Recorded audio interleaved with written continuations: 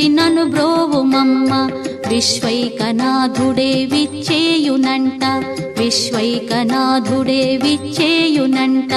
నీ ఇంటి ముంగిట నిలుచుండునంట, నీ ఇంటి ముంగిట నిలుచుండునంట.